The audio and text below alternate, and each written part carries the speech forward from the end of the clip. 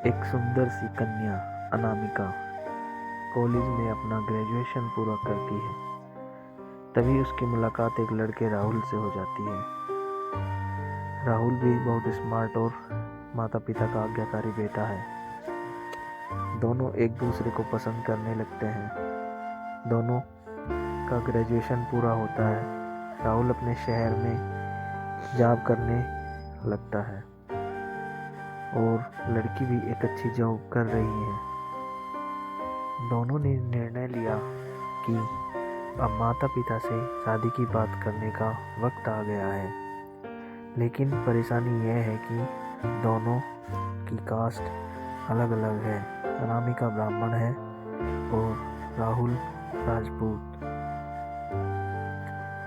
राहुल के समाज में दहेज बहुत ज़रूरी है, जो कि नगद में होता है।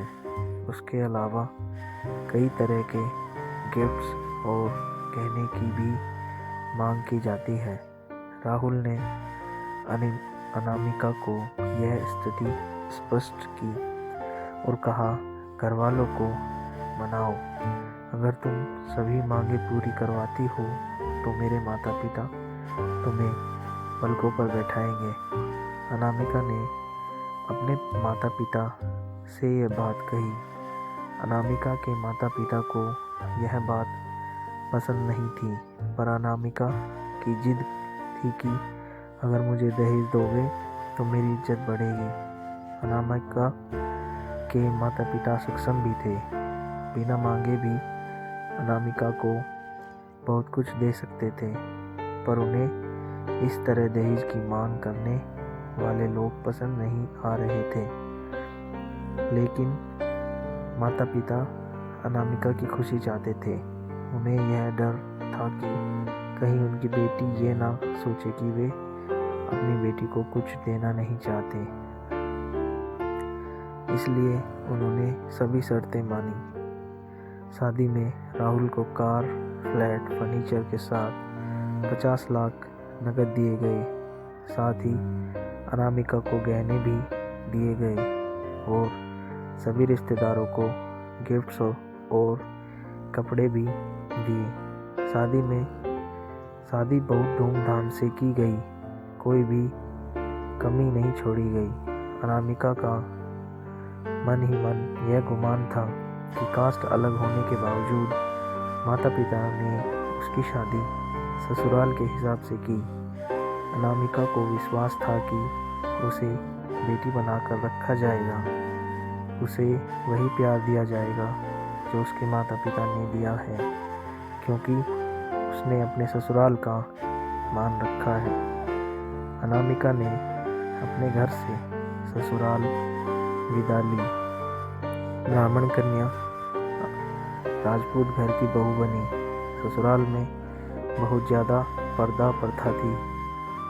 बहू को मनचाहा खाने तक की स्वतंत्रता नहीं थी। कितनी भी भूख क्यों ना हो, घर की बहू सबके खाने के बाद ही खाएगी। यहाँ तक कि उसे घर के पुरुषों के सामने बैठने तक की इजाज़त नहीं थी। अनामिका ने इस बात पर ऐतराज़ दिखाया, पर उसकी किसी ने ना सुनी। राहुल ने भी यह बोल कर मुँह फेर लिया कि यह तो परंपरा है।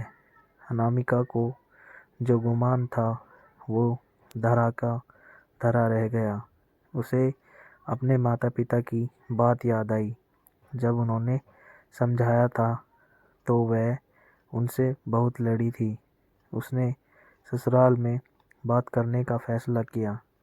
अनामिका ने अपने सास ससुर पति से बात की, लेकिन उन्होंने नहीं सुनी और उसे बहुत बेरहमी से पीटा गया। अनामिका ने कभी ऐसा व्यवहार नहीं देखा था। उसे जिस लाए हुए दहेज पर घमंड था वह चूर चूर हो गया था। अनामिका को माता पिता से बात करने में भी शर्म महसूस हो रही थी और इसी कश्मकश में एक दिन अनामिका ने अपने आप को ख़त्म कर लिया।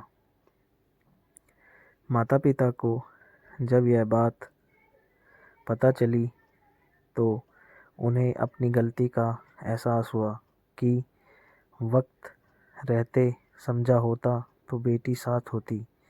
जो लोग दहेज पर बेटे की शादी करते हैं उनकी सोच हर तरह से छोटी होती है।